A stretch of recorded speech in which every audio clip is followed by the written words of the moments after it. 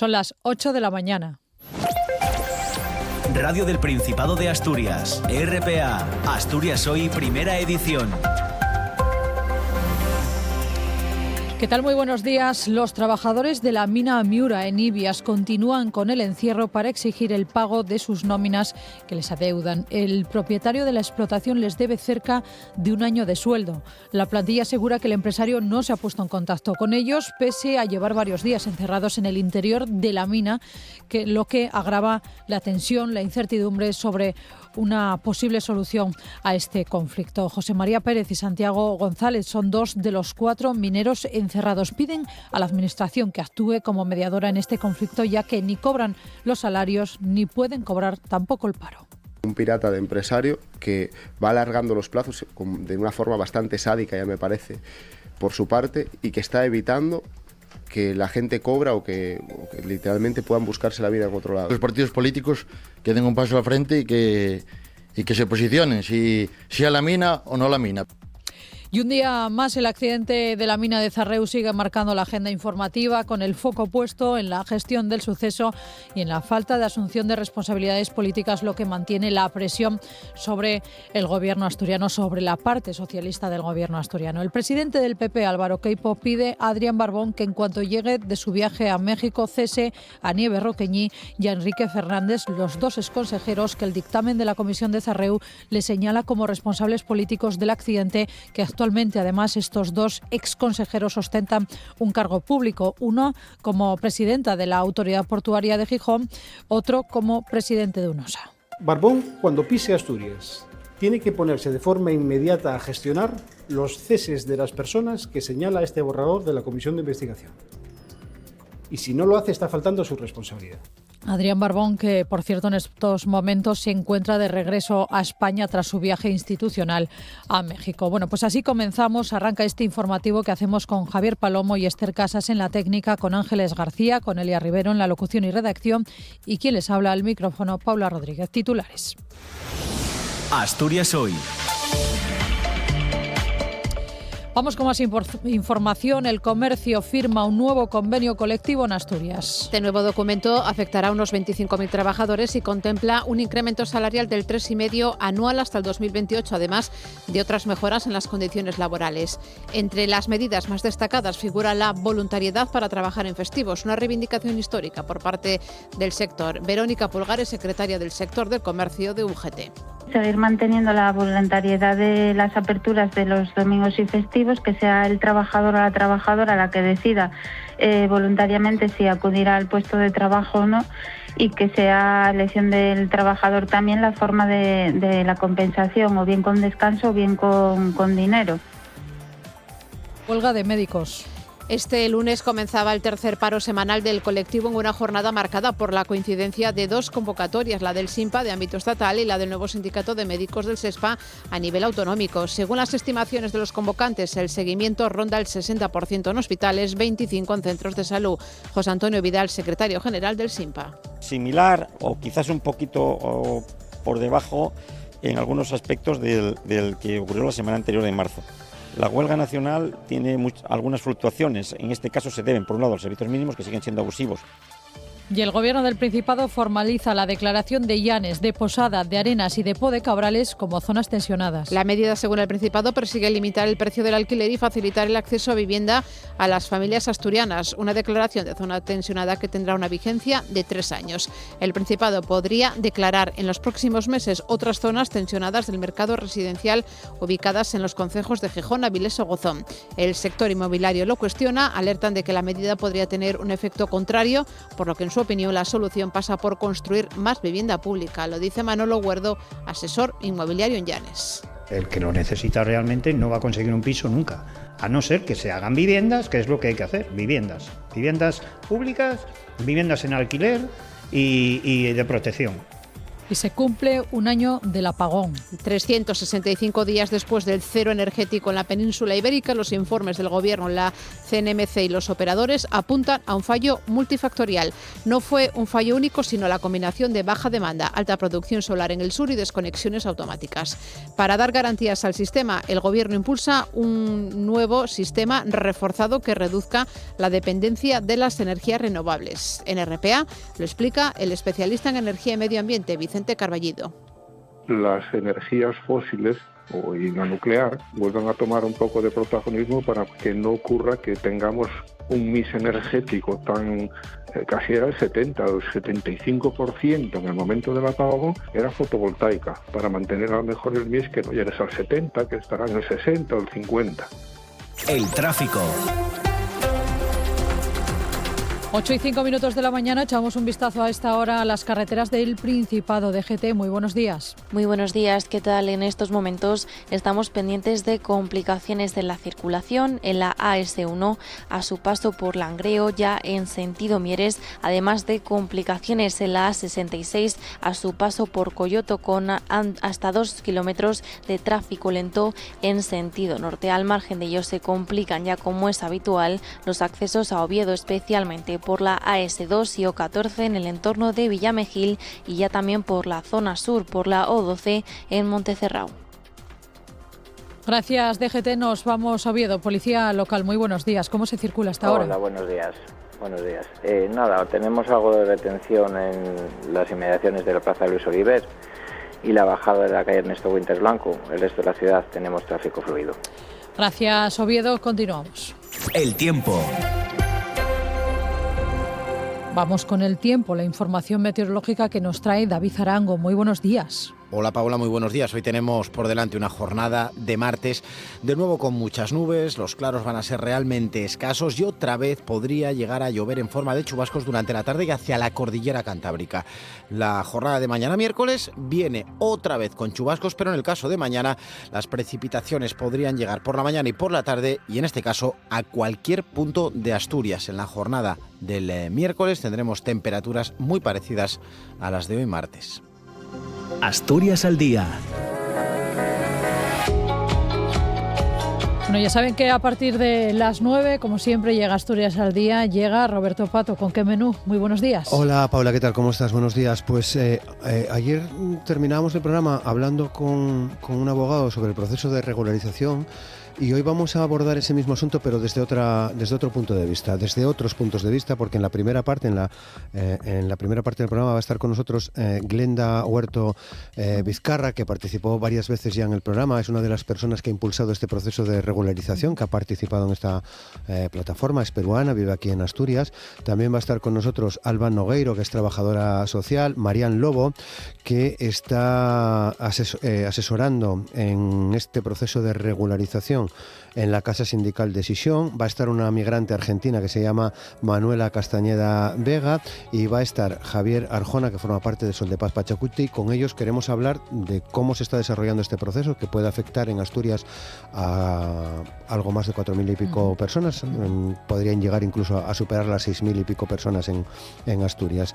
En la entrevista vamos a hablar con Félix Fernández Rodríguez, que es editor, es de la editorial Acuto, una editorial asturiana que se dedica a crear xuegos en asturiano para todas las edades.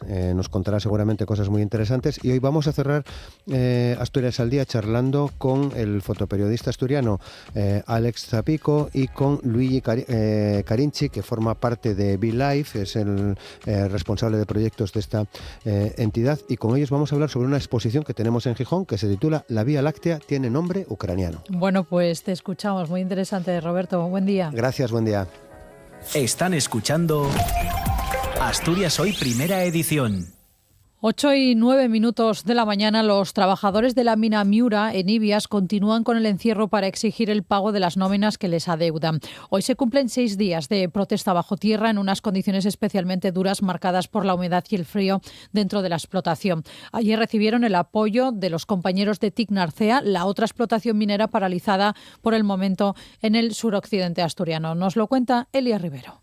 El empresario de la mina Miura no se ha puesto en contacto con los trabajadores que cumplen ya su 6º día de encierro sin avances en el cobro de las nóminas pendientes. Fernando Martínez Blanco les debe 1 año de salario.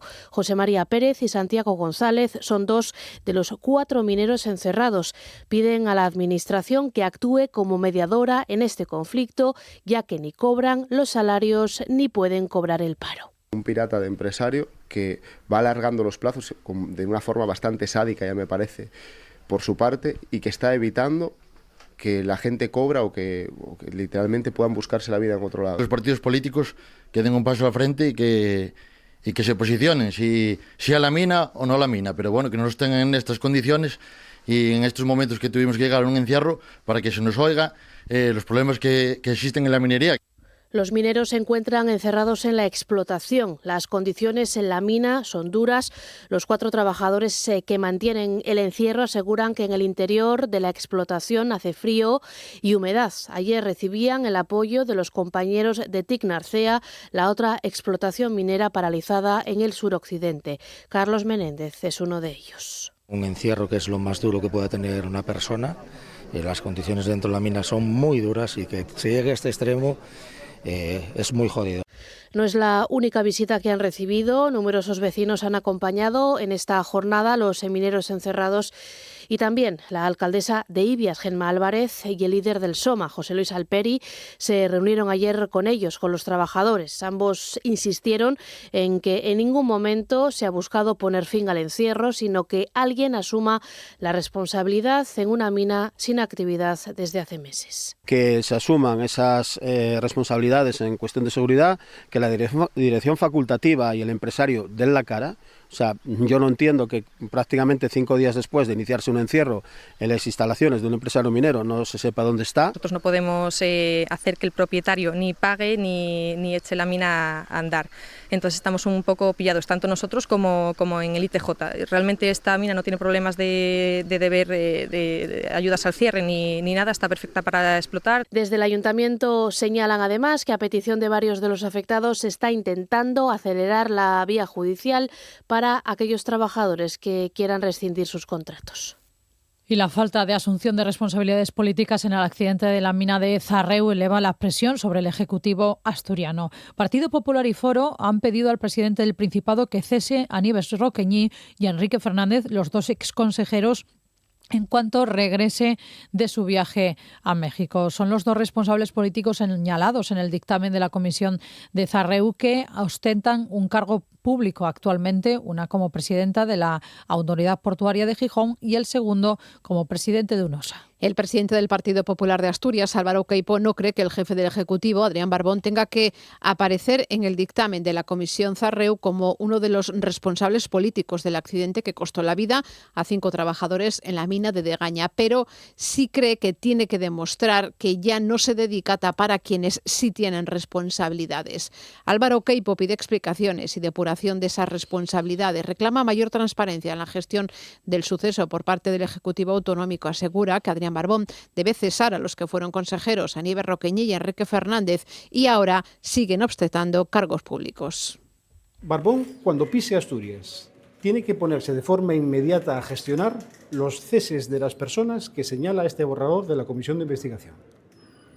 Y si no lo hace, está faltando a su responsabilidad. Y lo voy a decir muy claramente. Creo que Barbón no debe figurar en el informe que finalmente apruebe la Comisión como responsable del accidente de Zarreu. Él es el responsable de un gobierno que evidentemente tenía personas que permitieron que esto ocurriera. Pero yo nunca diré que él es el responsable de ese accidente. Lo que sí es responsable es de la respuesta que se da a partir de ese accidente.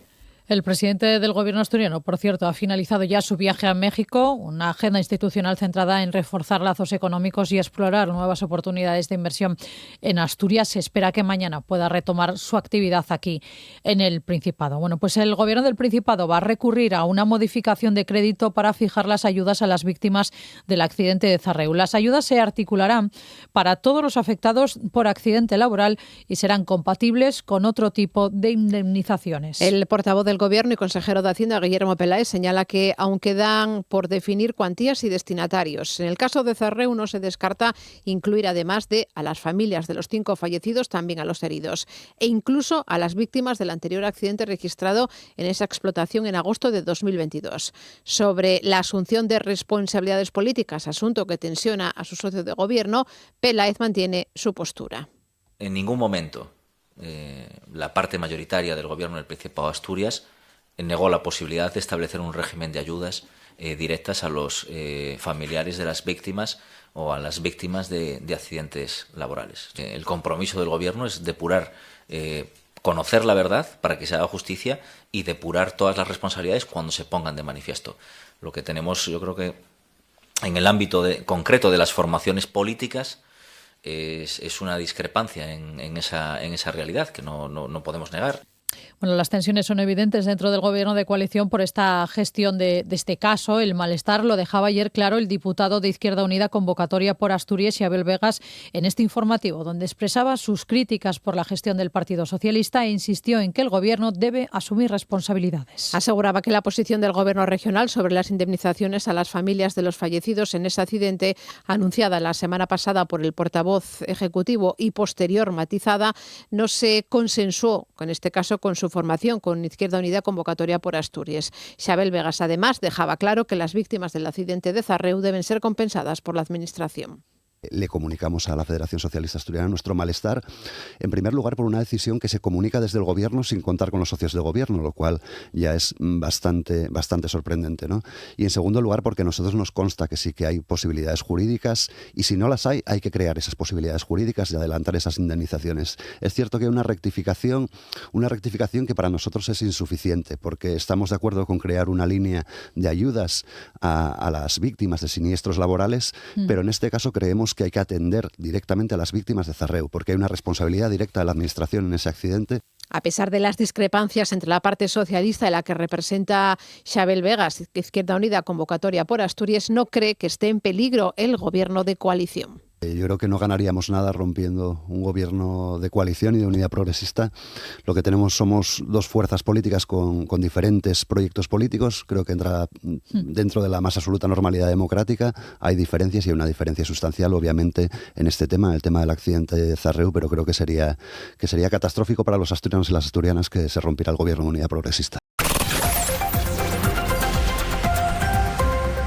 Se lo contábamos en titulares. Patronal y sindicatos han firmado el nuevo convenio colectivo del Comercio General de Asturias, un marco legal que regula el trabajo de 25.000 personas en la región, desde tiendas de moda, calzado, ópticas, librerías o deporte. Todo el comercio, excepto el de alimentación y perfumería, que tienen sus convenios propios. Es un acuerdo que va a estar vigente hasta el año 2029. Recoge una subida salarial del 3,5% anual con revisión del IPC, un complemento de convenio de 113 euros en empresas con más de 250 trabajadores para compensar el mayor volumen de tareas. Se mejora la compensación por trabajar domingos y festivos, que siguen siendo jornadas voluntarias, y también hay mejoras sociales como la reducción de jornada para el cuidado de menores hasta 14 años. Verónica Pulgares, la secretaria del sector del comercio de UGT. Pues fue una negociación en la que nos coincide con el convenio que se está intentando sacar en la estatal y entonces lo vemos muy positivamente el poder reforzar las condiciones de los trabajadores y trabajadoras del comercio de Asturias. No solo en el poder adquisitivo, sino que sea unas subidas salariales reales que no se puedan compensar y absorber, que puedan disfrutar de la subida real. Un convenio que consolida al sector comercial asturiano como un referente en derechos laborales y mejora el preacuerdo alcanzado a nivel estatal. Muchos trabajadores de grandes empresas pasarán ahora a depender del convenio estatal cuando finalice la vigencia del autonómico. Olga Ruiz es secretaria general de Comisiones Obreras, sector servicios. Como es la modificación de la cláusula de la compensación y absorción, de forma que cualquier trabajador o trabajadora que tenga condiciones más beneficiosas, bien por un acuerdo individual o por el convenio colectivo anterior, pues las va a mantener, no se van a compensar ni a absorber las subidas de este convenio.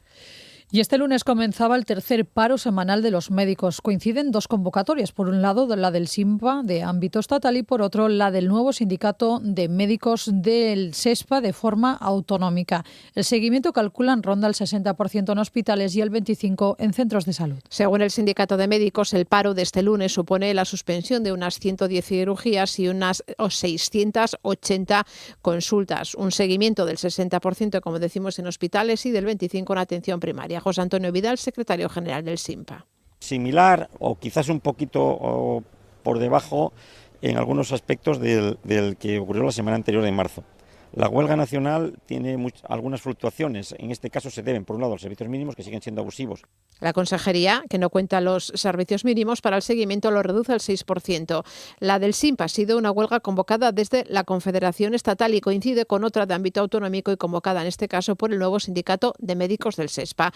Rubén Díaz, uno de los portavoces, lo ha hecho aquí en RPA, entre otras cosas, una jornada laboral total, efectiva, de 35 horas semanales. ¿Qué pedimos nosotros? Una regulación de esa jornada, una limitación de la jornada total o, en el caso de que no se pueda, una regulación de los descansos posteriores de las guardias, aumentando los descansos. Por ejemplo, en una semana puedes hacer 2 guardias de 48 horas y acumular 70 horas de trabajo y a la semana siguiente solo descansas 7 horas. También piden reducir las agendas de atención primaria a 35 personas. Está previsto que hoy martes la consejera de Salud, Conchita Saavedra, se reúna con el comité de huelga. Nosotros firmamos un acuerdo con el resto de sindicatos, de organizaciones sindicales que tenemos en Asturias y en esos acuerdos yo creo que se responde en parte a las peticiones que están haciendo desde este nuevo sindicato. Y más de 10.000 opositores que en noviembre del año pasado aprobaron el examen de auxiliar administrativo y celador del SESPA siguen a la espera de que se publiquen los listados oficiales de demandantes de empleo. Recuerdan que es un paso imprescindible para poder formar parte efectiva de las bolsas. Las notas salieron el mes pasado. Nos lo cuenta Elia Rivero. Recuerdan que en procesos anteriores la publicación de los listados de demandantes de empleo del SESPA se llegó a retrasar más de 3 meses, periodo durante el cual se siguieron cubriendo necesidades de personal con contrataciones a través del SEPE. Ahora temen que pase lo mismo y que se recurra a esta fórmula mientras se quedan fuera los aspirantes que superaron el proceso selectivo. Una de las afectadas, que prefiere no desvelar su identidad, subraya que el problema se agrava porque muchas de las personas contratadas en estas circunstancias en el pasado continúan hoy trabajando con contratos de larga duración, pasando a formar parte de la bolsa permanente de empleo del SESPA, algo que genera una situación de desigualdad porque son personas, dice, que no han superado ningún proceso selectivo. Hay muy poca gente en la bolsa de empleo y muchas de las personas que están trabajando vienen del Servicio de Empleo Público, del SEPE, porque el verano pasado la lista se llegó a quedar a 0 y no había demandantes de empleo. El problema es que ahora ya no estamos en esta situación. Somos más de 8.000 aspirantes los que hemos aprobado el examen de auxiliar administrativo del SESPA. Hicimos el examen en noviembre, salieron las notas en marzo y ese mismo mes nos apuntamos a la bolsa de empleo, pero a día de hoy seguimos sin aparecer en los listados oficiales y eso nos está bloqueando completamente. La Administración les ha dicho a través de los sindicatos que no hay previsión de que estos listados se publiquen a corto plazo. Los afectados y las afectadas apuntan a un retraso administrativo por falta de personal que está derivando en una situación de desigualdad. La propia directora de profesionales del SESPA ha reconocido que este proceso va para largo, sin decirnos una fecha exacta. Y claro, el problema es que mientras tanto se puede volver a recurrir al SEPE, como ya pasó el año pasado. La diferencia es que entonces no había bolsa, pero ahora sí que hay miles de personas que ya hemos aprobado y estamos esperando. Y todo esto ocurre en parte porque falta personal administrativo para gestionar el proceso. Comisiones Obreras y UGT creen que es el momento de exigir una redistribución justa de la riqueza para mejorar las condiciones de vida. Se las dan las circunstancias económicas para ello, dicen, y así lo quieren reivindicar en la calle el próximo 1 de mayo, el próximo 1 de mayo. La vivienda también se colará en esa manifestación del Día del Trabajador que este año será en Gijón. Partirá del Plaza de Toros y finalizará en el Paseo de Begoña. José Manuel Zapico, secretario general de Comisiones Obreras, Javier Fernández Lanero, de UGT. Tenemos que lograr subir los salarios. Las empresas tienen más márgenes de beneficios que nunca. Tenemos que lograr reducir la jornada de tiempo de trabajo. Un elemento central de las movilizaciones a buen seguro tiene que ser el derecho a la vivienda. Prioridad nacional es odio, prioridad nacional es racismo, es odio al diferente, es odio al extranjero, es odio a los pobres. Por lo tanto, que no jueguen con las palabras. Nosotros, por contra, estaremos con la regularización. RPA, Asturias Hoy, primera edición. Vamos con otros asuntos. El Principado aprueba el decreto que permitirá el fraccionamiento y aplazamiento de tributos de gestión autonómica. Es una medida diseñada para hacer frente al impacto de la guerra en Oriente Medio. Afectará a las deudas generadas entre el 28 de febrero y el 30 de junio. Lo ha explicado el consejero de Hacienda, Guillermo Peláez. No se distingue entre empresarios o particulares, es decir, todos los contribuyentes tendrán derecho a acogerse a este régimen más flexible de aplazamiento y fraccionamiento e implicará a todos los impuestos y todas las tasas que gestiona el ente público de servicios tributarios del Principado de Asturias. Y desde este miércoles puede pedirse ya cita para hacer la declaración de la renta por teléfono. Para hacerla en las oficinas físicas presencial, la cita se pedirá a partir del 29 de mayo. Más datos sobre la declaración de este año los tiene José Ignacio Royan Leal, delegado especial de la Agencia Tributaria en Asturias. Ha recogido todos sus datos. Olaya Pena. Asturias llegará este año a los 600.000 declarantes. Es un 2% más que el año pasado y una cifra nunca vista hasta ahora. Esto es, por un lado, por la parte del propio juego de la actividad económica, subida de salarios, en revalorización de pensiones, pero también ha influido que desde hace unos años hay dos colectivos que están obligados a declarar independientemente del volumen de sus rentas, que son los beneficiarios del ingreso mínimo vital y los autónomos. Pero sobre todo se nota un nuevo repunte en los ingresos anuales de la agencia tributaria en la región. Estamos ante un récord en la recaudación del IRPF en Asturias. La recaudación del año 25 se incrementó un 10% respecto a la del año 24 y este año 26 se espera también un pequeño incremento, pero no en un volumen tan grande. Es un efecto de que haya más personas trabajando, mayor recaudación, por tanto, de sus salarios, pero hay más fuentes de altos ingresos para las arcas públicas en estos tiempos, sobre todo dos. Los rendimientos de capital mobiliario, porque hubo una subida de dividendos y de intereses, y también porque hubo un gran dinamismo en la bolsa, y este año quizás lo que crece más son las ganancias patrimoniales de inmuebles. El mercado inmobiliario tiene mucho dinamismo, están subiendo los precios y esto se repercute en la declaración de las ganancias patrimoniales. Sumando todas las fuentes de recaudación, Asturias llegará a la cifra histórica de 1.613 millones de euros por recaudación de IRPF en 2025. Y el Consejo de Gobierno aprueba las primeras zonas tensionadas de Asturias en los concejos de Llanes y Cabrales. En el caso de Llanes afectará a la capital del concejo y también a Posada. En Cabrales a los núcleos de Arenas y Po. La medida, según el Principado, persigue limitar el precio del alquiler y facilitar el acceso a la vivienda. El sector inmobiliario, sin embargo, cuestiona esta medida. Alertan que la medida podría tener el efecto contrario, por lo que, en su opinión, la solución pasa por construir más vivienda pública. Nos lo cuenta Pedro Menéndez. El alquiler de una vivienda para todo el año en el oriente asturiano es cada vez más complicado. En Llanes apenas hay vivienda disponible por la presión turística y los precios se disparan. Un piso medio de 80 metros cuadrados y 2 habitaciones se sitúa entre los 600 y 800 euros al mes. En Cabrales la escasez es aún mayor, buena parte de la oferta se destina también al uso turístico y eleva los alquileres medios por encima de los 600 euros. Daniel Cués, asesor inmobiliario de Llanes. El que puede tener unos ahorros y de comprar una vivienda decide cerrar la vivienda y no alquilarla. O el que la alquila le pone un precio alto y como hay más oferta que demanda, pues ellos deciden si la quieren alquilar o no. Asesores inmobiliarios consideran que la declaración como zona tensionada no va a solucionar el problema. Insisten en que limitar los precios no aumentará la oferta y defienden que la clave pasa por impulsar la construcción de vivienda, especialmente pública, para equilibrar el mercado del alquiler. Manolo Huerdo es asesor inmobiliario de Llanes. El que lo necesita realmente no va a conseguir un piso nunca, a no ser que se hagan viviendas, que es lo que hay que hacer, viviendas públicas, viviendas en alquiler y de protección. Mientras tanto, encontrar un alquiler asequible para todo el año es una misión muy difícil, prácticamente imposible en ambos concejos, ya que el mercado cada vez es más reducido y la demanda no deja de crecer.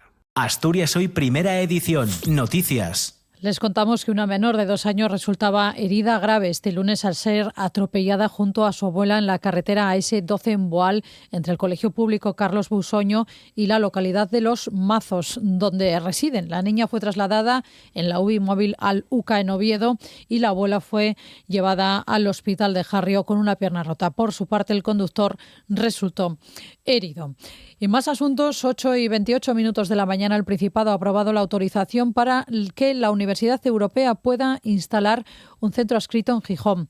La inversión para esa sede superará los 35 millones de euros y supondrá la creación de un campus en la zona de la Pecuaria con un edificio modular de 8.000 metros cuadrados que incluirá aulas y laboratorios. Prevé iniciar su actividad en el curso 27-28 con 4 grados, medicina, odontología, psicología y farmacia, y en el curso siguiente incorporará enfermería, biomedicina y fisioterapia. La alcaldesa de Gijón, Carmen Morillón, ha mostrado su satisfacción por la autorización del Principado y asegura que esta universidad no viene a competir con la pública, sino a complementarla. Hoy Gijón suma un nuevo agente a la transformación de la ciudad en la que ya estamos inmersos.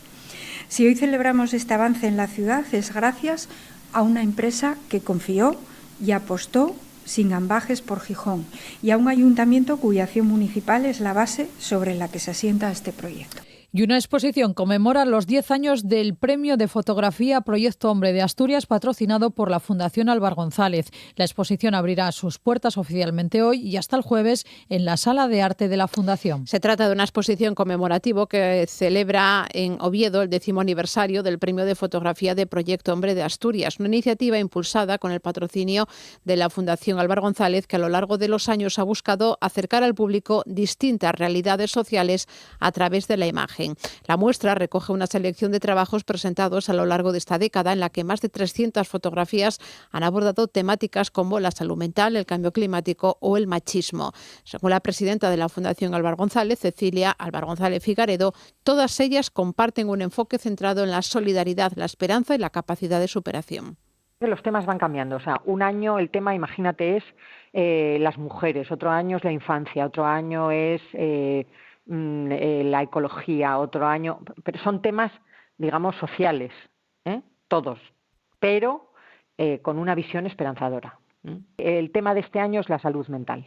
Y lo que se pide es que la foto pues te transmita algo relacionado con la salud mental, pero con una visión pues un poco esperanzadora, ¿no? En la exposición de hoy habrá una treintena de fotografías, entre ellas la ganadora de esta edición de 2026. Lleva por título Te veo y es el fotógrafo Arturo González. Se trata de una imagen que pone el foco en la salud mental. La foto es una pareja en blanco y negro que se están abrazando, tienen la frente así apoyada el uno en la otra.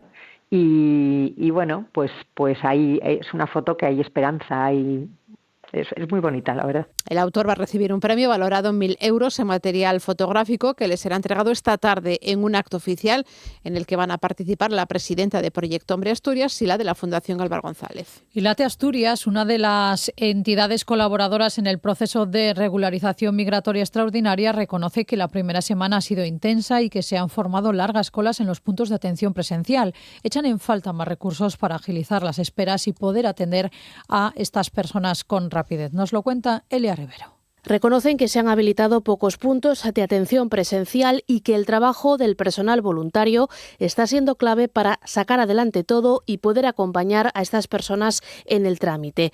Ana Viña es una de las trabajadoras de Late Asturias. Que habiliten solo un puesto en una oficina de correos, concretamente para todo el Principado de Asturias, una oficina en el INS y oficinas de correos en Oviedo, Gijón, Avilés y Polasiero. Consideramos que se cubre muy poco. En algunos casos creen que no debería ser necesario presentar el certificado de vulnerabilidad y que muchas personas lo están teniendo que tramitar de forma privada pagando hasta 300 euros. Es un trámite que vamos a ofrecer de manera gratuita y los profesionales de la abogacía pues nos consta que van a hacer unas arcas de dinero estos 2 meses y medio, la verdad que considerable. A nosotras nos llegan personas solicitando el certificado de vulnerabilidad que nos dicen que están pagando entre 300 y 800 euros por este trámite. RPA, Asturias Hoy, primera edición. Transporte sigue avanzando con los trabajos de mejora del túnel del Padrún en Olloniego. Se producirán afectaciones al tráfico en la A66 en horario nocturno con itinerarios alternativos. Lo que se está haciendo en estos días es desmontar los ventiladores. Y recuerden que habrá un corte en la calzada en sentido Oviedo entre hoy, 28 de abril, y el jueves. Será en horario nocturno, desde las 10 de la noche hasta las 7 de la mañana. El tráfico se desviará por el tubo en sentido León a través de los pasos de mediana existentes a ambos lados. Y hoy hace un año España se quedó sin luz. 365 días después del cero energético en la península ibérica, los informes del Gobierno, de la CNMC y los operadores apuntan a un fallo multifactorial, una reacción en cadena desencadenando por varios asuntos, por varios factores. Sobre ellas hubo una sobretensión, fallos en el control de la tensión también y una inestabilidad generalizada en la red. No fue un fallo único, sino la combinación de baja demanda, alta producción de solar en el sur y desconexiones autonómicas. Para dar garantías al sistema, el Gobierno impulsa lo que llaman ahora el sistema reforzado, que reduce la dependencia de las energías renovables. Nos lo cuenta Paula Molina.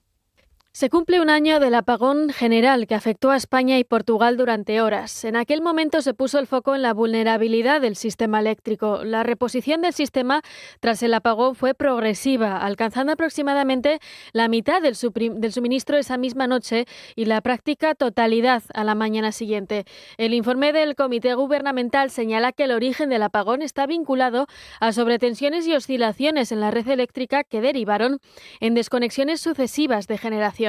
Esta secuencia provocó el colapso del sistema. Para garantizar el suministro y la estabilidad de la red eléctrica, mantiene el sistema en operación reforzada, donde se prioriza energías convencionales y se reducen las energías limpias. Lo explica el especialista en energía y medio ambiente Vicente Carballido. Que es el modo reforzado, que lo que hacen es que las energías fósiles y la nuclear vuelvan a tomar un poco de protagonismo para que no ocurra que tengamos un mix energético tan casi era el 70 o el 75% en el momento del apagón era fotovoltaica, para mantener a lo mejor el mix que no llegues al 70, que estará en el 60 o el 50, para que la fotovoltaica y la eólica puedan funcionar de forma más estable, que están en ello, pero eso tarda. Entonces, mientras tiramos de lo que teníamos, de ciclos combinados, de nucleares. Carballido señala que durante este último año no se han producido cambios estructurales de gran calado en el sistema eléctrico, aunque sí se ha reducido la dependencia de las renovables con el fin de tener un sistema más estable. Y la única forma de que funcione es que metamos otra vez de las que tenemos convencionales.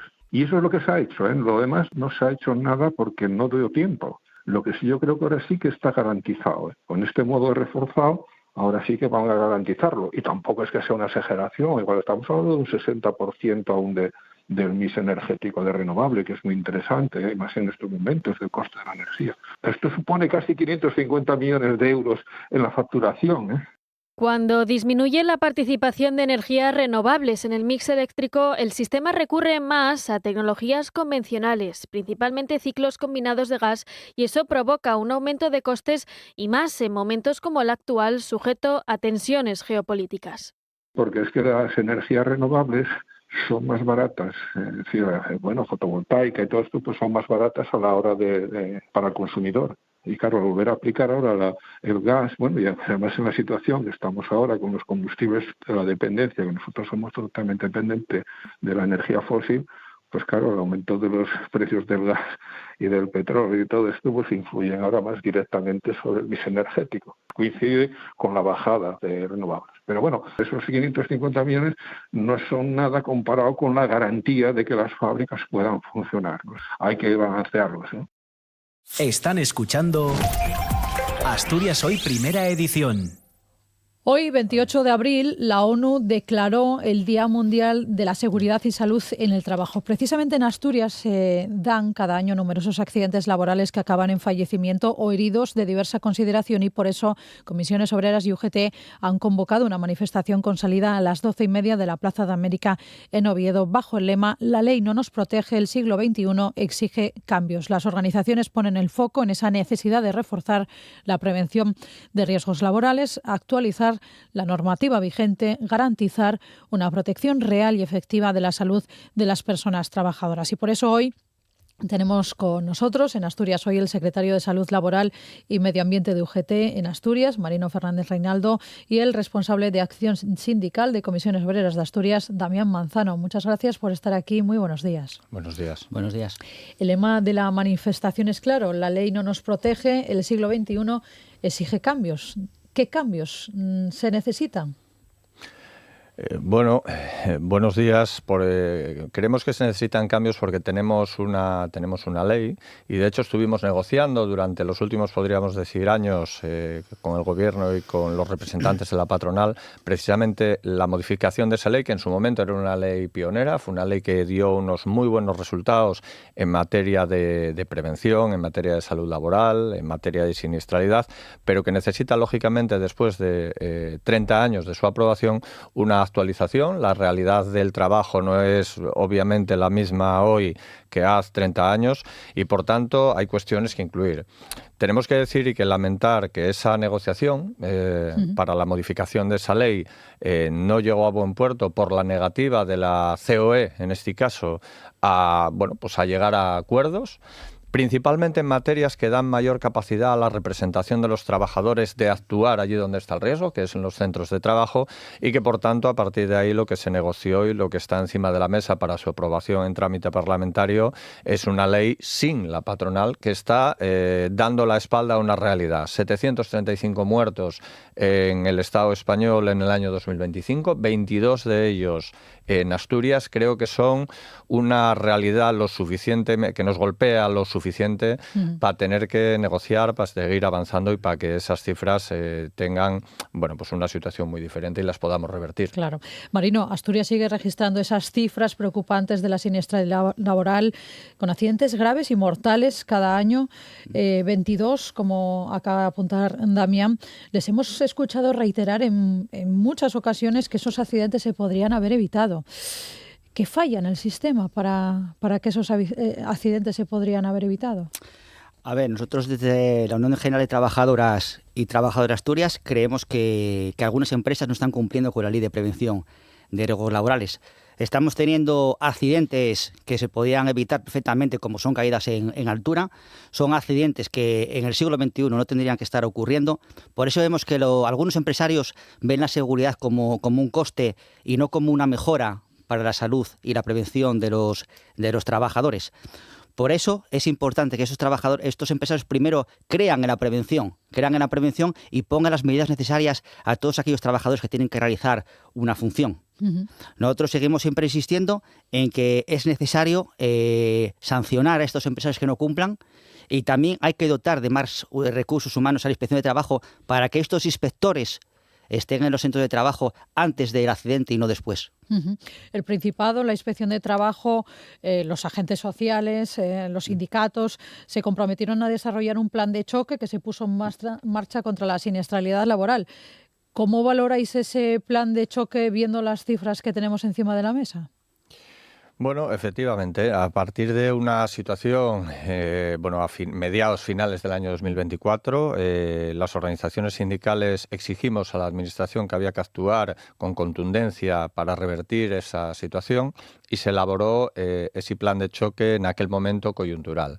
Teniendo claro una cosa, una situación como la siniestralidad laboral o un fenómeno como la siniestralidad laboral necesita una actuación constante porque se basa en tendencias. Una de las tendencias que nos encontramos ahora mismo, como decía Marino, es que hay una relajación por parte de las empresas en las medidas de seguridad y prevención. Se aplicó el plan de choque, que tenía varios elementos: el aumento del número de inspecciones en empresas, el aumento también de los recursos tanto de la inspección como del propio Instituto Asturiano de Prevención de Riesgos Laborales, y es un hecho que el año 2025, por diferentes causas, fue un año totalmente nefasto en materia de siniestralidad laboral. Por eso exigimos que ese plan coyuntural se transformase en estructurado, cosa que a principios de este año conseguimos, y creemos que así se puede revertir esa tendencia, con esa actuación constante contra la siniestralidad laboral. Marino. Sí, lo que comenta el compañero Damián, es verdad que cuando empezamos con el plan de choque estábamos en un periodo que había muchos accidentes mortales, era necesario hacerlo. Ahora lo convertimos en un plan estructural y esto no es de un día para otro, tiene que pasar un tiempo para realmente ver su fruto. Nosotros siempre decimos que creemos en cero accidentes, todo accidente siempre es evitable y lógicamente vamos a seguir luchando y peleando hasta que esto sea posible. Os quiero hablar del accidente de la mina de Zarreu, porque evidentemente la actualidad manda. Estamos viendo cómo la gestión del Principado en este tema está generando muchas tensiones, tanto dentro del ámbito político, sus propios socios de gobierno, como la oposición. ¿Cómo lo veis vosotros, Damián, esta situación? Por ejemplo, te pregunto, esas ayudas, ¿cómo se deben de gestionar esas ayudas? ¿Veis positivo que haya ayudas por parte de la Administración en un tema como este? Pues sinceramente, y respecto al tema de las ayudas, desconocemos absolutamente, más allá de por los medios de comunicación, lo que pueda estar planteando en estos momentos, se pueda estar planteando por parte de la Administración asturiana, lo cual nos sorprende y yo creo que ni siquiera, a tenor de las noticias que vemos aparecer constantemente, ni siquiera ellos mismos lo saben. Por tanto, desde luego no vamos a valorar aquello que desconocemos y aquello con lo que no se está teniendo un diálogo, al menos con Comisiones Obreras de Asturias, lo cual lamentamos profundamente porque entre las medidas que en su momento planteábamos en aquel plan de choque coyuntural, hoy estructural, estaba el que se recogiesen ayudas a los trabajadores afectados. La duda que cabe es por qué se actúa de una forma reactiva a partir de un accidente concreto. Los muertos en accidente laboral son desgraciadamente todos iguales. Y por tanto el contenido de cualquier tipo de ayuda debería de llegar al conjunto de los trabajadores y sus familias afectados por un drama como la siniestralidad laboral. Segundo punto, desde Comisiones Obreras lo llevamos diciendo alto y claro meses y mucho más a raíz de las conclusiones, tanto del borrador de conclusiones de la Comisión de Investigación como de las conclusiones por parte de la actuación dentro de la propia inspección de la Administración asturiana. Exigimos que hay que depurar responsabilidades políticas. Si exigimos a las organizaciones empresariales y a las empresas que depuren sus responsabilidades, la parte política, en este caso concreto, y me refiero al accidente de Cerredo, tiene importantes responsabilidades políticas, insisto, que depurar. La justicia ya depurará las suyas cuando toque, seguramente demasiado tarde para lo que a nosotros nos gustaría, pero las políticas se pueden depurar de forma inmediata y tienen responsables. Marino. Sí, a ver, sobre las ayudas, hay que esperar a ver realmente qué ayudas son, tienen que ser ágiles, pero nos parece una buena iniciativa. Nos parece una buena iniciativa porque estos familiares de los trabajadores, hablo en general, no solamente de los trabajadores fallecidos en la mina de Cerreu, hablo en general porque todos los fallecidos para nosotros son iguales. Las familias tardan muchos años en cobrar estas indemnizaciones y es verdad que tienen un gasto bastante importante, como puede ser abogados, psicólogos y demás. Entonces estas ayudas hay que esperar realmente a ver cómo van a ser y el tiempo que van a tardar en poder recuperarlas, pero tienen que ser ágiles, pero lo vemos como una buena iniciativa. Y luego sobre el tema de lo que me contábamos de la mina, nosotros somos conscientes de que aquí el realmente culpable es el empresario, que fue el que no tomó unas medidas oportunas para los trabajadores. Los trabajadores estaban en unas condiciones que no son lógicas de este siglo XXI y por eso ocurrió el accidente y los fallecidos. Responsabilidades políticas también se cumplieron en su momento. Entonces, nosotros lo que decimos es que el empresario lleva un año de rositas y ahí sigue. Quiero hablaros precisamente de otro empresario y de otra mina, que es la mina Miura. Tenemos a 4 trabajadores encerrados. Hoy sería ya su 6º día de encierro, un encierro que está resultando muy duro. Se está pasando mucho frío, hay mucha humedad dentro de la mina. Bueno, las condiciones de la mina todos sabemos que son malas.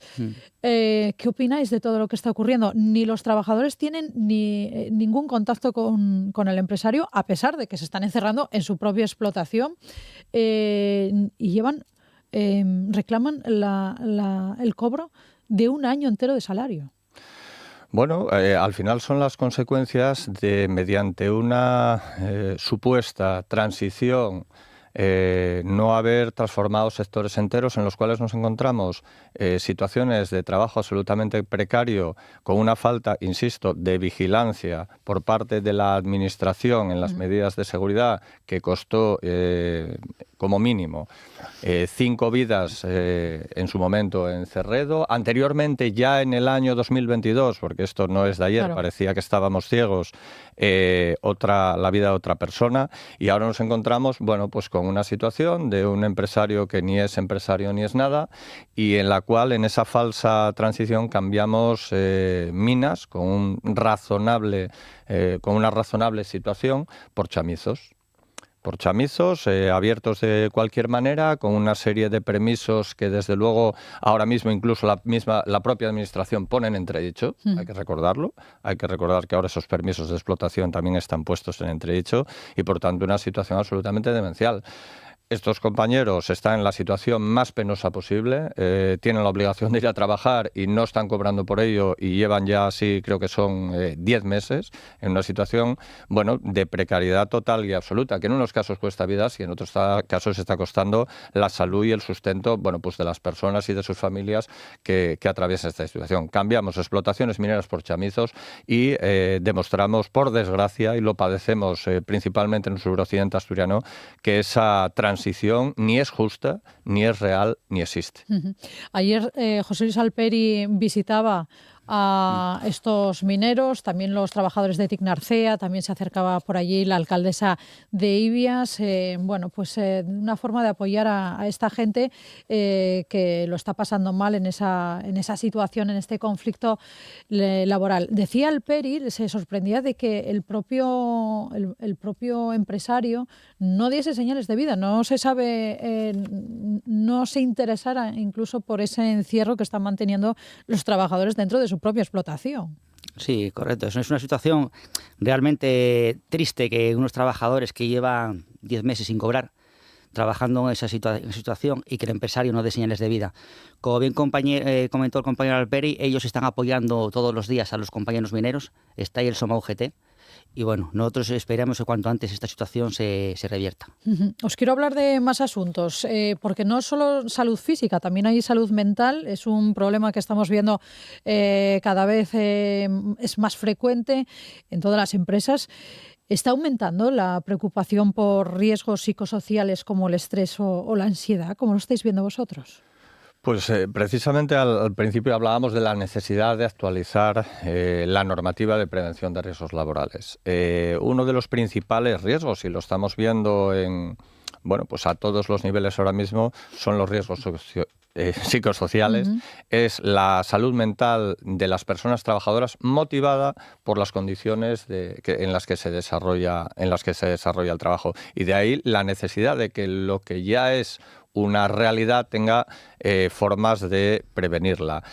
Hay una toma de conciencia por parte del conjunto de la sociedad de que la salud mental es una parte más de la salud, de que no hay que esconderse por tener una situación derivada de un tema de salud mental, sino que hay que afrontarlo, tratarlo como cualquier otra cuestión de salud, y eso también incide en el ámbito laboral. Y por tanto, las personas trabajadoras que pueden tener, o bien motivadas por su trabajo, o bien por cualquier otra causa, una necesidad de atención y de mejora de su salud mental, en este caso, deben de tener las medidas y los recursos para ello, y estas, en buena medida, deben de partir del ámbito laboral, sin duda.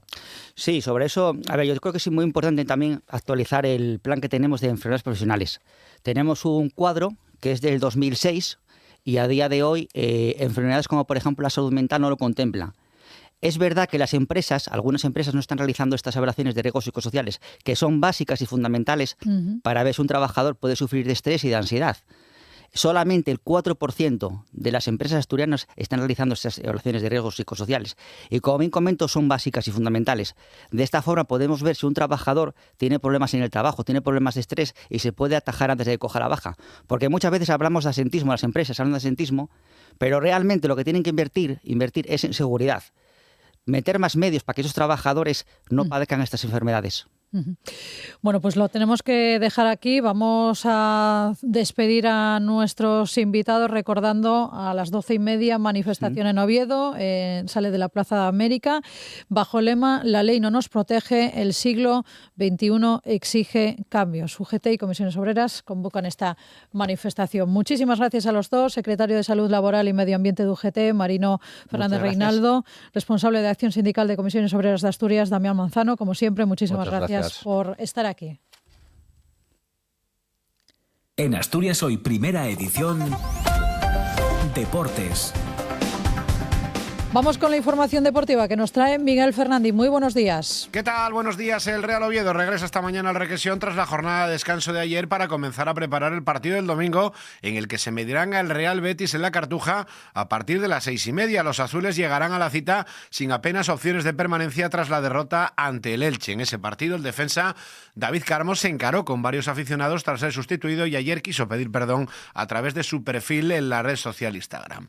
Jornada de descanso para el Sporting, que mañana comenzará a preparar el partido que va a disputar ante el Ceuta el domingo a las 4:15 en el Molinón. Además, hoy José Riestra, el presidente ejecutivo del club Xixonés, será el protagonista del programa Tiempo Añadido de esta casa desde las 3 de la tarde. En Primera Federación, el turno para el Real Avilés será el sábado a las 6:30 en el Suárez Puerta, recibiendo al Guadalajara, rival directo por la permanencia. En Segunda Federación, el Vetusta y el Unión Popular de Langreo se van a ver las caras el domingo a las 12 en el Requesión. Los carballones quieren acabar segundos y los llangreanos certificar la permanencia. Sin nada en juego, el Marino de Yuanco visita al Numancia y en lealtad al Salamanca UDS. Y lo que regresa para la Limerca Oviedo es la competición en Primera FEB tras descansar el pasado fin de semana. El conjunto de Javi Rodríguez recibe el sábado a las 7 en el Palacio de los Deportes al Zamora. Los azules, ya clasificados para el playoff, quieren optar a conseguir el factor cancha, para lo que necesitan ganar sus 2 partidos y esperar un tropiezo de Fuenlabrada y Guipúzcoa. Fernando García Ferdi es el director general del OCB. Ha sido un año muy largo en donde la afición nos ha acompañado y yo creo que es un buen momento para celebrar todos juntos, afición, equipo, patrocinadores, la clasificación para los playoffs, último partido de liga regular, además contra un rival como Zamora, que seguro que va a ser un partido muy, muy divertido, pero también complicado. Asturias Hoy, en clave económica. Bueno, pues como siempre acabamos este informativo en clave económica. Lo hacemos con José Antonio Antuña, director de Renta 4 Gijón. José Antonio, muy buenos días. ¿Qué tal, Paola? Buenos días. Martes 28 de abril, ¿cómo vienen los valores? Pues parece que vamos a tener una apertura bastante tranquila. Ya la sesión de ayer, que al final, pues en términos generales, acabó con caídas, salvo el IBEX, que acabó ligeramente al alza, y bolsas americanas, que también acabaron ligeramente al alza, ya fue una sesión bastante tranquila, a pesar incluso de esa nueva propuesta de Irán para poder abrir el estrecho de Hormuz, que el mercado no se está creyendo firmemente, porque estamos viendo cómo el barril de Brent pues sigue subiendo y ya lo tenemos cerquita de esa barrera de los $110 el barril, con lo cual esa propuesta parece que el mercado no le da muchas visas de que se pueda conseguir que abre ese estrecho Hormuz. Pero es cierto que esta semana es una semana bastante importante porque tenemos reuniones de bancos centrales, tenemos resultados empresariales, tenemos también datos macroeconómicos importantes, y parece que los inversores están esperando, pues bueno, a ver si esos resultados empresariales principalmente, pero bueno, a ver si el resto de condicionantes pues dan algún catalizador que pueda hacer que los mercados puedan seguir subiendo, dado que sobre todo algunas bolsas, sobre todo las americanas, están en máximos históricos, ¿no? Y en línea con lo de los bancos centrales, pues hoy ya hemos conocido la decisión del Banco de Japón, que ha optado por mantener tipos estables a pesar de que ha revisado al alza la previsión de inflación. Entendemos que tanto mañana la FED como el jueves el Banco Central Europeo y el Banco de Inglaterra irán un poco en la misma línea, en esa actitud, vamos a decir así, de esperar y ver cómo evoluciona el conflicto en Oriente Medio, ver qué impacto pueda tener eso en la inflación y el crecimiento, y a partir de ahí pues seguir tomando decisiones. Claro. Y macroeconómicamente, pues hoy vamos a tener una referencia importante. Aquí en Europa vamos a tener las expectativas de inflación publicadas por el Banco Central Europeo, que entendemos pues que evidentemente van a ir al alza, y datos también de confianza al consumidor en Estados Unidos. Y como digo, pues sobre todo a partir de mañana van a tener más importancia también aquí en España, pero vamos a tener presentación de resultados hoy con empresas como Visa, como Coca-Cola, Novartis, Airbus, BP, Berkeley, con lo cual, bueno, pues empresas muy importantes y sobre todo a partir de mañana, insisto, en Estados Unidos presentan 5 de las 7 grandes magníficas de las grandes tecnológicas. Bueno, veremos a ver si la inteligencia artificial que está impulsando sobre todo los mercados en Estados Unidos esas últimas semanas, pues siguen teniendo fuerza y pueden seguir haciendo que los mercados puedan seguir subiendo. Bueno, pues lo iremos viendo, como siempre, estaremos muy atentos a todos esos resultados de las grandes empresas en Estados Unidos. José Antonio Antuña, director de Renta 4 Gijón, muy atentos a todo lo que ocurra a nivel internacional, a nivel geopolítico. Gracias, como siempre, buen día. Gracias, buenos días.